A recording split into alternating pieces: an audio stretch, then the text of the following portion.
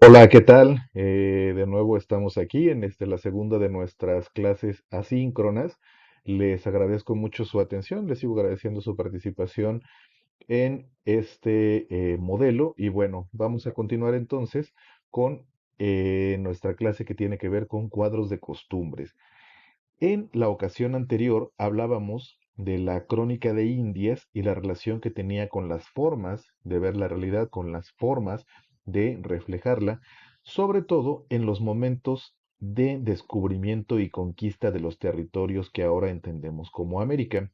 ¿Qué va a pasar entonces siglos después cuando estos territorios obtengan sus independencias y empiecen a generar literaturas nacionales que recurran a una diversidad, a una variedad de modelos de la época, entre ellos el cuadro de costumbres? Eso es lo que vamos a discutir el día de hoy, ¿no? Primero, ¿por qué lo coloco dentro de uno de los antecedentes de la crónica? En buena medida porque se ubica también en uno de los sitios, uno de los lugares de producción en donde la crónica va a tener su lugar de origen, la prensa. En el siglo XVIII, por primera vez, tenemos las publicaciones diarias en Inglaterra. El Daily Current, en 1702, es la primera publicación que se da a la tarea de tener diariamente una hoja impresa con los sucesos que se consideran los más importantes por los editores. La forma de publicación que esto empieza a poner como, digamos, un nuevo signo de la época implica un auge en el material impreso. Hay nuevas condiciones de producción, como lo revisábamos anteriormente, y está de la mano con lo que Jürgen Habermas llamaba el surgimiento de la esfera pública. Si ustedes recuerdan la discusión de Jürgen Habermas en torno a la esfera pública, era todos esos espacios en los cuales la sociedad discutía temas de interés social que no estaban de cierta manera gobernados, discutidos, manejados por entidades gubernamentales, en este caso los gobiernos monárquicos, que era lo que reinaba para 1702, ¿no? Para el siglo XVIII. Empiezan a surgir las discusiones de salones, empiezan a surgir las grandes tertulias de cafés, empiezan a surgir la prensa. Es una esfera, es decir, un gran espacio, no nada más como sitios físicos, sino como podríamos llamarlo lugares de generación de significados, espacios semióticos, en los cuales se discuten los asuntos públicos, la red pública, la cosa que interesa a todos, ¿no? En cuanto al cuadro de costumbres específicamente, Richard Steele y Joseph Addison, y recordemos estos nombres porque lo cita por ahí Guillermo Prieto, específicamente a Addison, publicaron un buen número de lo que ellos llamaron sketches en el periódico The Spectator, que era londinense, y eran precisamente comentarios sobre moral y costumbres de las personas de Londres.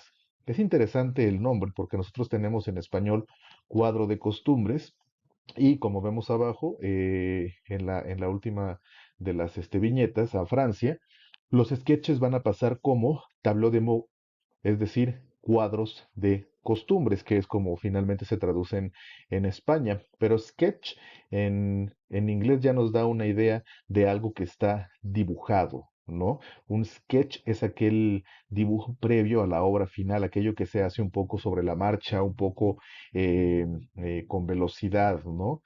Es una relación muy importante la que va a haber entre palabra y, y la imagen dentro de este tipo de representaciones del mundo, de representaciones de lo real a ras de calle, porque precisamente muchos de estos, tanto los sketches como los tableaux de mots, como los cuadros de costumbres, van a estar muchas veces acompañados de precisamente imágenes.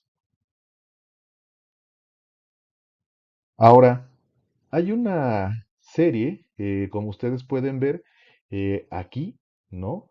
Que va a ser la imagen del modelo del cual se va a basar el que nos interesa ahora, ¿no? Lo que yo les puse, y ya hablaré un poquito de esta edición, es un texto tomado de una compilación de 1997, de un original publicado en 1855 que se llamaba Los mexicanos pintados por sí mismos, que venía de esto que tenemos aquí, los franceses pintados por sí mismos, ¿no? Como pueden ver ustedes aquí, hay una cosa bastante interesante que está ocurriendo dentro de la representación gráfica que va a tener la portadilla, el grabado que va a acompañar al tomo 3. Como pueden ustedes ver al centro está un artista que está haciendo precisamente un sketch, está trabajando sobre un dibujo, pero esta figura es grande, al lado tiene a un escritor, lo sabemos porque él está trabajando sobre un cuaderno de notas, y este artista que se encuentra en el centro de la composición está sentado sobre una, un par de libros, ¿no? ¿Qué es lo que tiene al lado? Bueno, pues tiene al pueblo francés. Este tipo de representaciones de lo real, digamos, es un gran producto de la ilustración, ¿no? Podemos hablar un poco más, en alguna de las clases de todo esto, pero me interesa ahora mismo, sobre todo, que pensemos en el mensaje que nos invita, ¿no? A leer o que invitaba a los lectores de la época a leer este paratexto, ¿no? Recordemos que tenemos al texto y además tenemos todas estas cosas que lo acompañan, en particular las portadillas, los títulos y subtítulos, todo aquello que no es el texto y que sin embargo nos ayuda a interpretarlo. En este caso, estos dibujos operan como paratextos y este es el que acompaña, insisto, al tomo 3 de los franceses pintados por sí mismos. En este caso, insisto, tendremos a los artistas, a la cultura letrada, a la cultura, a la alta cultura, al centro de quienes son capaces de hacer la representación de el conjunto del pueblo. Aquí tenemos una de de otro de las portadillas de otro de los tomos de los franceses pintados por sí mismos, que es una serie que se hizo de 1840 a 1842. Y luego tenemos en el otro lado la portadilla que acompañó a los mexicanos pintados por sí mismos en 1855. Como ven, había una cosa altamente imitativa en lo que se estaba poniendo allí. ¿No? Desde poner la imagen de alguien que está poniendo, ¿no? Esta suerte, ¿no? De pancarta, de desplegado público, de que es el pueblo quien se va a pintar a sí mismo, y tener algunos de los tipos pintados ya allí en estos pequeños grabados que estaban nada más abrir el libro, ¿no? Me interesa que a pesar de que la composición es claramente derivativa, hay un interés en los grabadores porque el propio grabado tenga algo original de suyo. Es decir, esto lo vamos a ver mucho en el siglo XIX latinoamericano y en una buena parte del XX. Si bien hay una alta conciencia de que el modelo se está tomando de otro sitio, hay una alta intención de que también mantenga algún tipo de originalidad en la producción propia, aquello que se imita de lo que se copia de afuera. En particular, lo que estamos viendo aquí cuando se generan los cuadros de costumbres en Europa es un cambio de poética resultado, como les decía, de la ilustración del siglo de las luces. Tenemos una suerte de poética del interés por lo real. Para ponerlo en palabras de Luis Sebastián Mercier, que es una de estas personas que tuvo un gran impacto en la forma en cómo se representaban los cuadros de costumbres, tableau vivant, tableau de bord en francés. Tenemos esto aquí, ¿no? Que no les voy a leer en francés para no atiborrarlos de galicismos, ¿no? Pero básicamente lo que él nos decía era, las cosas hay que ponerlas como son en realidad, irnos de lo general a lo específico. La frase específicamente que pongo aquí se puede traducir como no es el punto pintar al hombre en general, sino al hombre de cierto tiempo en cierto país o en cierto lugar, porque también la palabra país en francés puede ser un poquito ambigua, ¿no? O de cierta región, digamos, ¿no? Hay, como vemos en la ilustración, un cierto interés didactista con el avance del siglo, no del siglo de las luces, sino del siglo XIX, nos vamos a dar cuenta de que estas herencias del el siglo de las luces van a llegar hacia el costumbrismo y a y a otro tipo de expresiones que van a acabar en formas de realismo que van a dominar la literatura en América Latina. Pero lo que me interesa aquí es que lo real se vuelve una categoría en discusión, tanto en su representación como en sus implicaciones políticas. Recordemos, en particular en el siglo XIX latinoamericano, qué es lo que se discute cuando se generan los cuadros de costumbres en los periódicos, qué es lo que se discute cuando se hacen los realismos que están sumamente impregnados de romanticismo, qué es lo que se discute cuando se hacen las grandes herencias del naturalismo francés, ¿no? Lo que se discute es de qué manera representamos al mundo que nos circunda y cuáles son las consecuencias de trabajar sobre este, ¿no? Y esto no es una cosa nada más que nosotros veamos que se encuentra eh, discutida desde este horizonte desde el que ahora nos paramos, ¿no? Es decir, este interés por lo real y esto que es lo real como una categoría en discusión y en discusión sobre el discurso que discute lo real, no es algo nada más que nosotros estemos pensando en la actualidad respecto a discursos del pasado. Es algo en realidad que era una discusión muy viva en su propio tiempo. En 1845, y ustedes pueden ver que no está demasiado lejos de los franceses pintados por sí mismos, Guillermo Prieto, del cual pues no hace falta decir demasiado porque es prácticamente uno de estos hombres que desde el punto de vista literario, discursivo, definen al siglo XIX. Él y gente como Riva Palacio, Salvador Díaz Mirón, etcétera, esta playa de grandes nombres, em, ya estaba con plena conciencia de lo que está pasando. En el texto que ustedes leyeron específicamente en 1845, insisto, em, va a darnos una idea muy clara de cuál es el género del que está hablando. En principio, nos dice que él sabe de dónde viene lo que está diciendo. Tiene una conciencia de que se trata de un género periodístico, es una frase que me gusta mucho, ¿no? Un género que surgió prácticamente para llenar las manías compulsivas de los cajistas. El periódico llega a publicarse con tanta frecuencia que no es solamente una edición diaria, sino tienes la edición matutina y la vespertina. Entonces ya tienes dos ediciones de un solo periódico y hay que llenarlos con algo, sino que también tiene una claridad de las implicaciones políticas. Es decir, es un género que en el siglo de las luces nace en países con tradiciones asentadas y con identidades.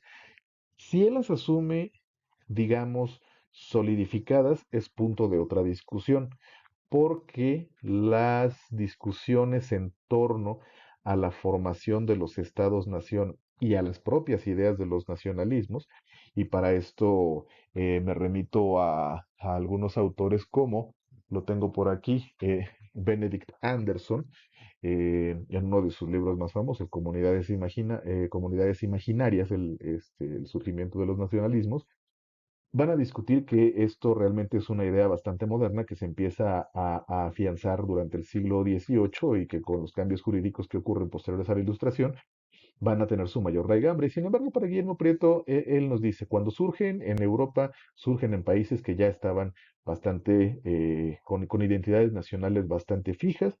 Lo europeo ya es lo europeo, no hay demasiado que moverle. Y sin embargo, ¿qué hacemos con lo americano? En específico, ¿qué hacemos con lo mexicano? Y entonces, para plantear el problema de un género literario o de una forma textual, el cuadro de costumbres, lo primero que hace es plantear el problema de un espacio político en donde se genera, es decir, México. Y para ello nos da una breve historia de la colonia y de la independencia. La pregunta realmente es, ¿por qué es tan difícil hacer un cuadro de costumbres en México? Pues básicamente nos dice él, porque las costumbres son nacionales y en un país que ha padecido colonia y que viene de una independencia tumultuosa, realmente es problemático definir qué es lo nacional, ¿no? Como les digo, esto es una discusión que asume desde la periferia política del mundo occidental que aquello que se entiende como el centro del occidental, es decir, Europa en este momento histórico, es algo bastante fijo, lo cual no es así, pero será una cosa que podemos discutir en otro momento.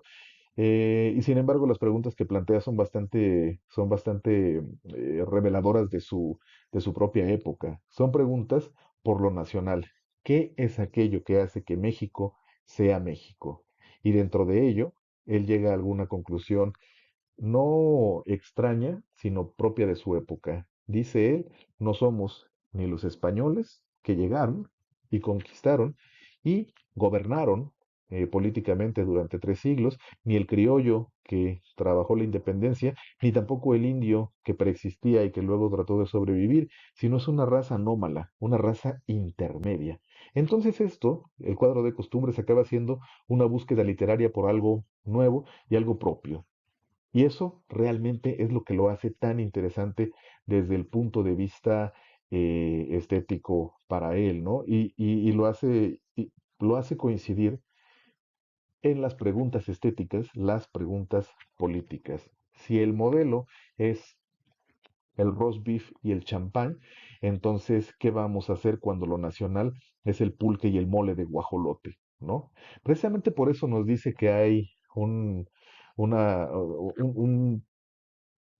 una generación de cuadros de costumbres o de personas que escriben cuadros de costumbres, entre los que se cuenta él, que aún están dando los primeros pasos, puesto que lo nacional apenas se está cimentando, escribirlo también es innovador, ¿no? ¿Por qué? Porque se acerca a los problemas que la realidad presenta y porque está dando los primeros pasos, y eso es lo que implica su discusión, hacia la formación de una literatura verdaderamente nacional.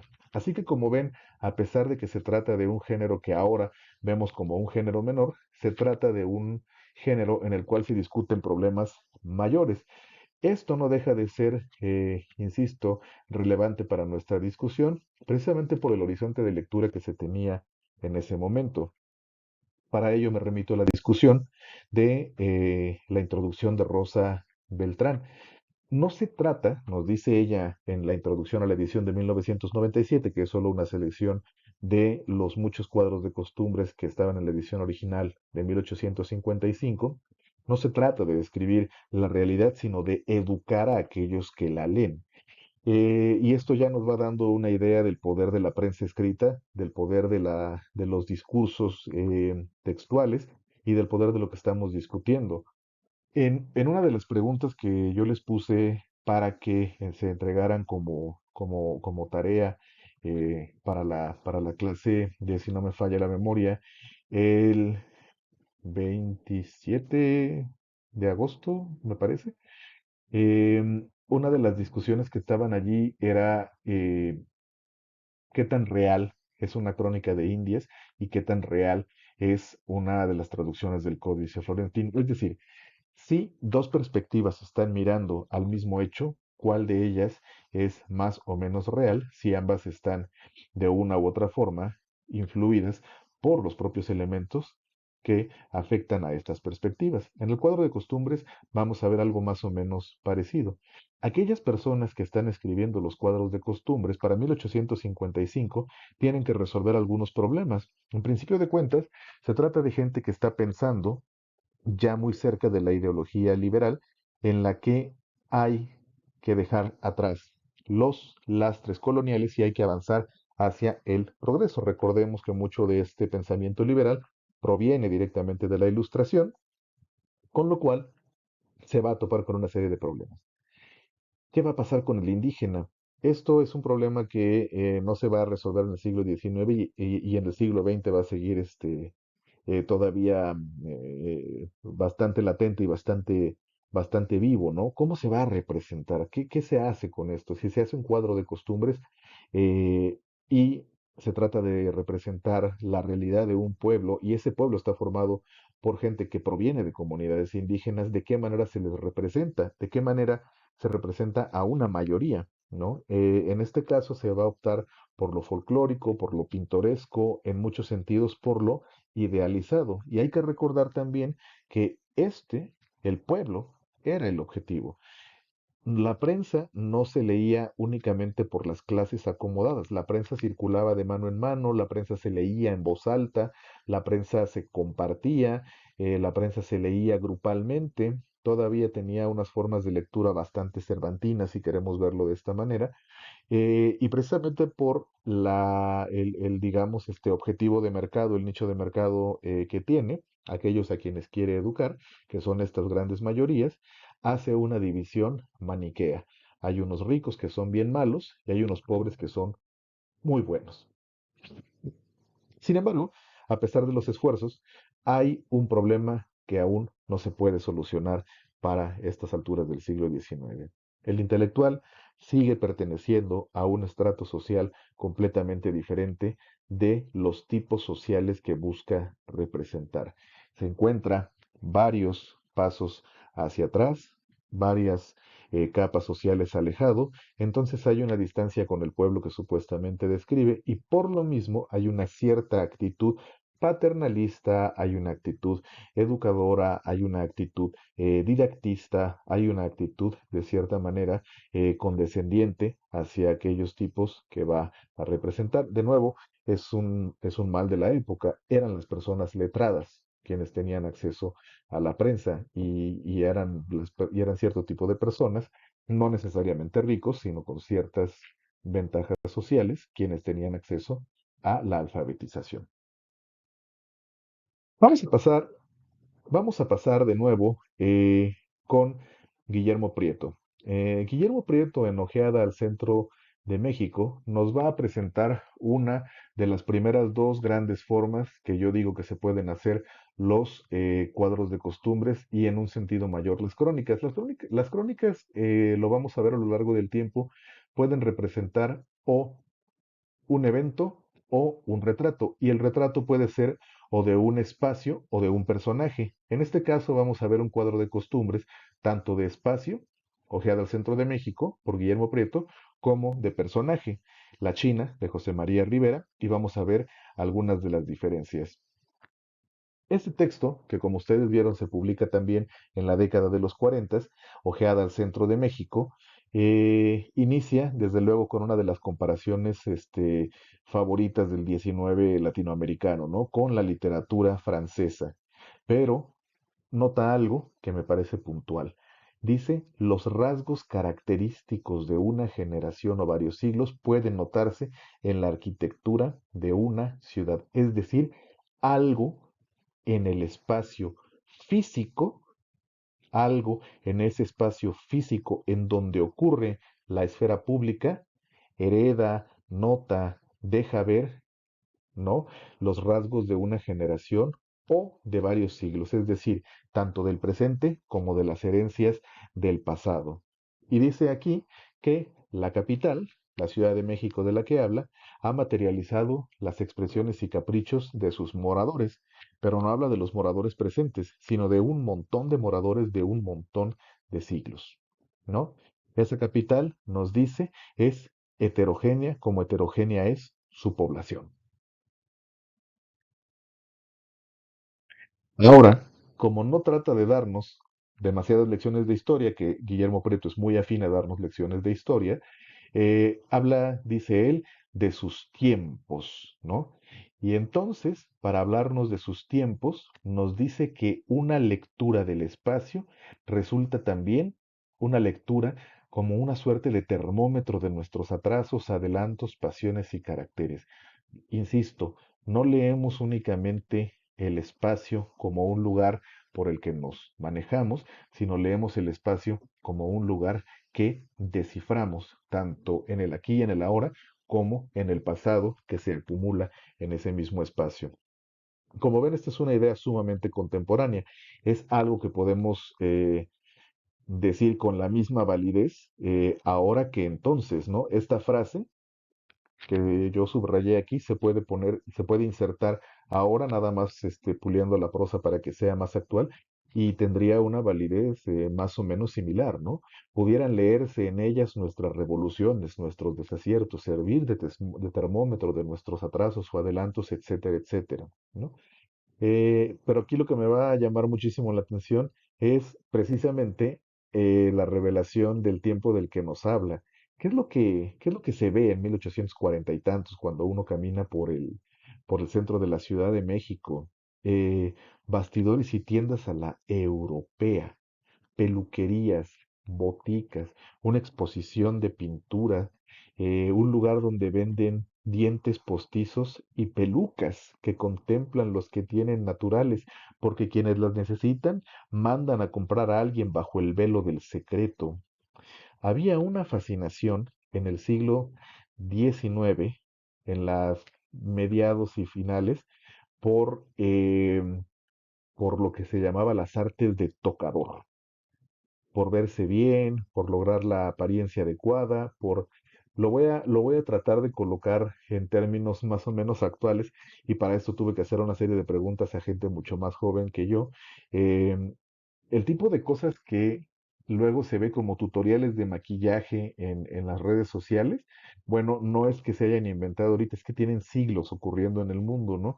Entonces, este tipo de lugares donde se hacían cortes de pelo, donde se ponían pelucas, donde se daban dientes postizos, donde incluso se hacían corsés, rellenos para vestidos, ajustes en las fajas para caballeros pasados de peso, una serie de cosas bastante, bastante llamativas, ¿no? De discutir, se encontraban allí, ¿no? Y eran negocios altamente redituables. De nuevo, la imagen pública, esta arquitectura con la que nos construimos a nosotros, como se construye la ciudad.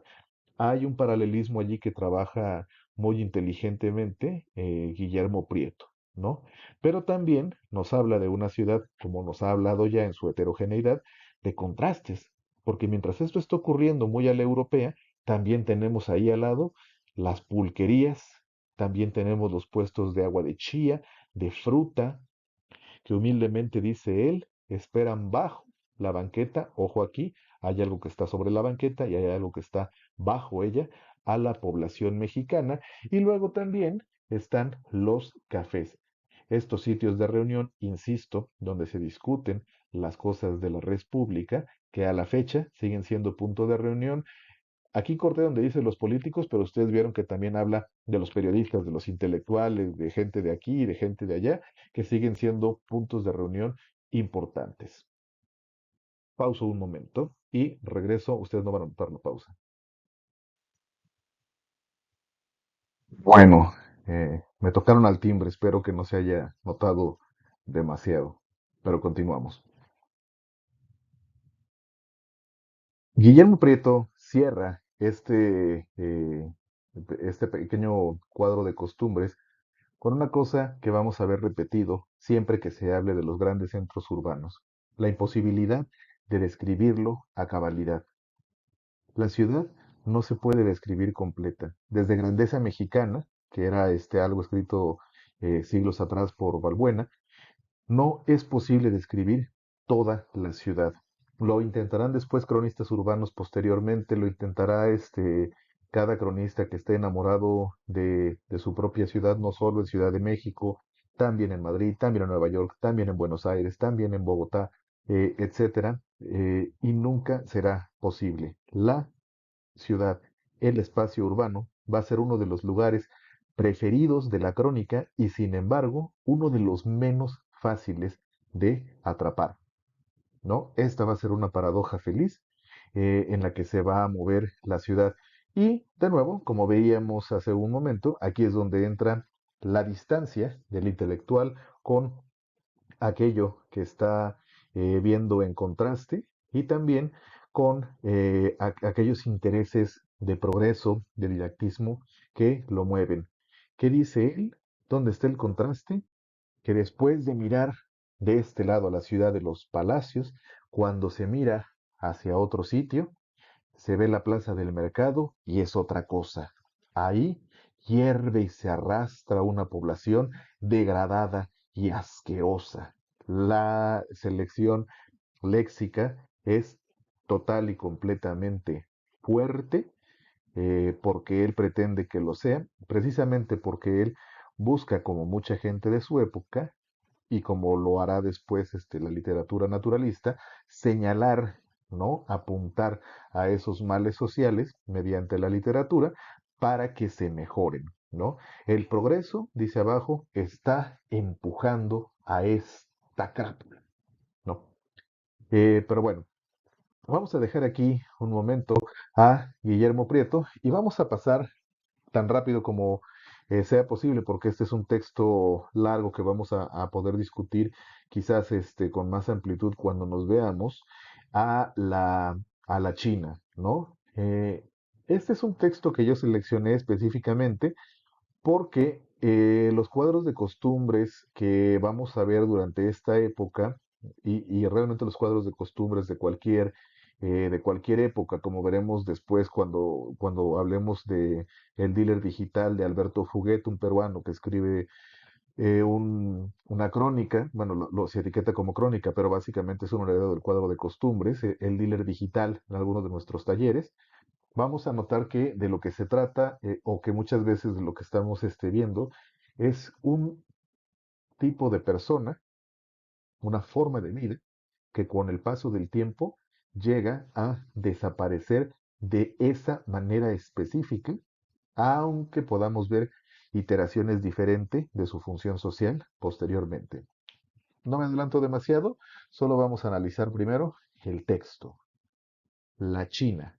En principio de cuentas sabemos que no es China, es decir, no es de este país asiático, sino que se le dice popularmente la China a una mujer, la cual es una belleza local, es popular, está alejada de los paradigmas de belleza europeos, no es la maja, no es la belleza a la inglesa, no es la Scottish, no es la escocesa, sino nos dice José María Rivera, que por otra parte es un autor que se dedicó prácticamente exclusivamente a hacer cuadros de costumbres, legítima y hermosa hija de México. Hay una serie de cosas que emplea él como recursos literarios que conviene hacer notar. Habíamos visto que hay una serie de elementos que analizamos en el contexto de producción, en las situaciones ideológicas de los contextos donde se generan los textos, pero también en el análisis de los recursos que vamos a ver en los materiales que revisemos. En este caso particular, vamos a ver dos recursos que van a ser altamente notables en lo que va a discutir eh, José María Rivera en torno a la China. El primero de estos recursos va a ser generar personajes. Mariquita se llama la heroína de esta historia. Dice que cuenta con 23 años y 28 amantes, ¿no? No sabemos si existe una Mariquita.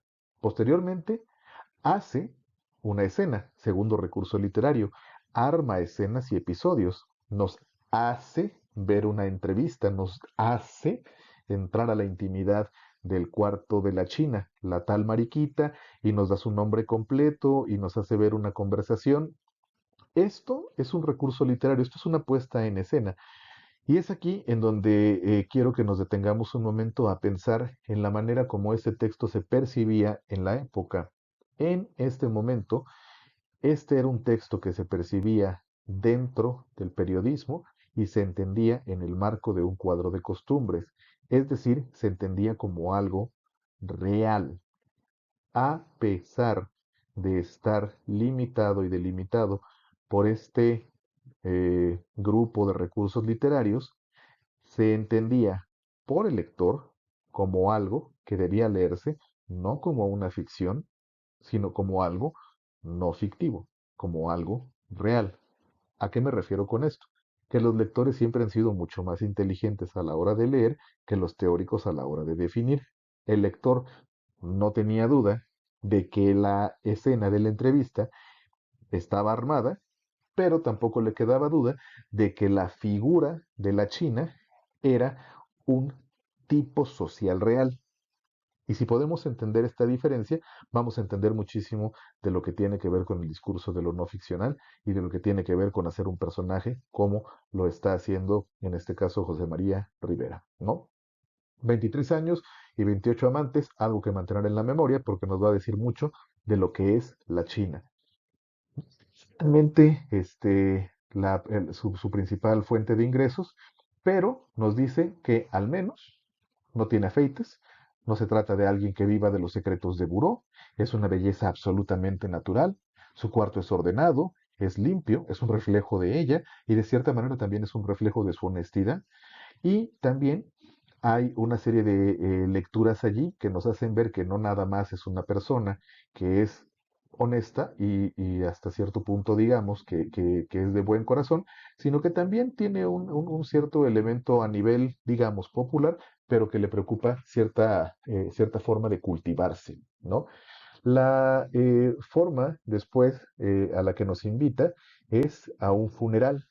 Esto va a ser importante porque mediante el personaje no solo entramos a un espacio, sino también entramos a una costumbre de la época. Dice él un parvulito, es decir, un niño que era ahijado de esta mariquita. En el funeral, en esta época, lo que se acostumbraba era hacer una pequeña fiesta, un convite. Los que han estado en contacto con funerales en zonas de pueblos un poco más pequeños, no en zonas urbanas más grandes, lo entenderán muy bien. O sea, si ustedes han ido a funerales en la zona de la Sierra Norte, en Tlaxcala, en alguna zona de alrededor de Oaxaca, etcétera, etcétera, entenderán a lo que me refiero, ¿no? El funeral es en cierto modo también un convite. Y como hay comida y como hay trago, no es inusual que haya canto, que haya baile, que haya música. ¿Qué recurso va a utilizar allí, además de armarnos una escena bastante interesante en el que el funeral se convierte en un baile? Los pies de la China, ¿no? Nos habla de que es, de cierto modo, la cubeta de Mesmer, mesmerizador, ¿no? Es el que originó el término mesmerizar, Mesmer, los embrollos de Grandier, acusado de brujería, y Cagliostro, uno de los ilusionistas más famosos del 18. Dice entonces que estos pies de alguna manera hechizan, ¿no? Hay algo maravilloso en ella, hay algo sublime en su forma de bailar, hay algo que alegra a todo el mundo y de pronto, entre que está bailando y alguien se acerca y empiezan a tirar unas coplas ahí un poco agresivas con el conjunto, con los que están tocando, salta la bronca, se arman los navajazos, alguien termina en la cárcel y resulta que es el amante de Mariquita en ese momento. Y mediante la lealtad que ella muestra tras el combate, nos muestra José María Rivera otro de los valores de la China, la fidelidad, ¿no? Es un personaje extraño, ¿no? Cuando, cuando uno revisa otros personajes, digamos, el aguador, es más o menos fácil entenderlo, ¿no? Ahí va una persona que vende aguas por la calle. Ok, va, perfecto. Cuando uno revisa al juez, todavía lo puede ver como con ciertos ecos del juez actual. Cuando uno ve los cuadros de costumbres de la época del poeta, es graciosísimo porque no ha cambiado casi nada, ¿no? Cuando uno ve ciertos cuadros de costumbres de otros personajes, se da cuenta de que pues ahí hay bastantes ecos y resonancias, pero la China es un poco misteriosa, al grado que a mí me dio curiosidad la primera vez que le eché un ojo a la selección de estos materiales y me encontré con un texto muy inteligente y muy revelador. Nos cuenta María del Carmen Vázquez Mantecón en este texto que les dejo ahí la cita, la China mexicana, mejor conocida como China poblana, en los análisis del Instituto de Investigaciones Estéticas. ¿Qué tipo de persona era? Realmente la China era parte de una serie de costumbres de la época en la que había, era una mujer joven que tenía un amante o varios amantes, pero no dependía económicamente de ellos por completo o nada en algunas ocasiones. La China podía tener algunas ocupaciones, podía hacer lavados, podía hacer bordados, podía hacer costura, podía hacer una serie de ocupaciones, Pero, y esto está no nada más en este texto de José María Rivera, sino también aparece en Los bandidos de Río Frío de Manuel Paino, entre múltiples fuentes. Lo interesante de esto en la época era que, como lo pone aquí contrastando con fuentes francesas, Vázquez Mantecón, no se trataba de una prostituta y tampoco se trataba de una cocotte y tampoco se trataba de una amante mantenida. Es decir, aquella persona que tiene varios amantes y cada uno de ellos le está en la costumbre francesa dar regalos a la amante. Si ustedes han leído a Balzac, se dan cuenta de que es una cosa que era bastante común, ¿no? Llegaba alguien con unos pendientes, llegaba alguien con una cantidad de dinero, llegaba alguien con la manutención de... Había una serie de cosas, ¿no? Pero la China no es así. La China realmente se encuentra en otro espacio, ¿no? Tienen una cierta libertad económica, pero también tienen una cierta libertad de acción sexual.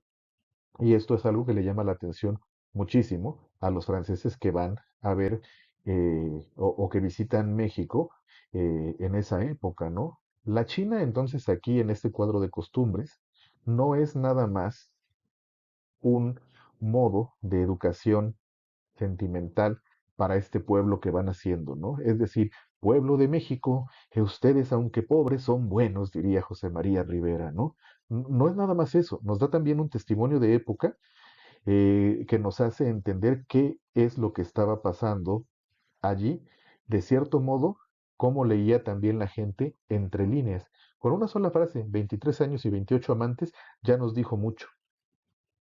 Y a pesar de que se trata de ciertas costumbres sexuales, que la moral conservadora más conservadora e incluso la moral más liberal de los liberales, que seguían siendo muy conservadores en esa época, denostaría precisamente porque se trata de un cuadro de costumbres cuyo fin es educar, ensalzar, ennoblecer al pueblo, tiene algunas herramientas y algunas estrategias en las que se trata de ennoblecer, en las que se trata de buscar los talentos, de buscar los valores, de buscar las modestias, las honestidades, etcétera, etcétera.